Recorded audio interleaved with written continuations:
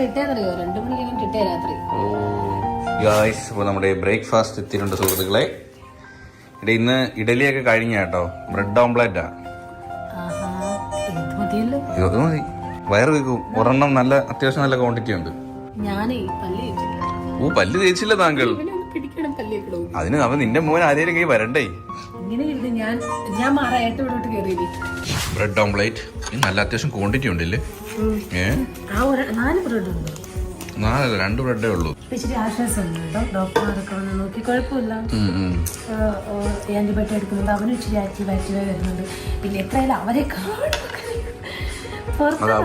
അവരെ അവനെ നോവിക്കാനാ വരുന്നുള്ള ചിന്തയാ. അവനറിയാം. അപ്പം നോവിച്ചല്ലോ, ഇഞ്ചക്ഷൻ എടുത്ത്.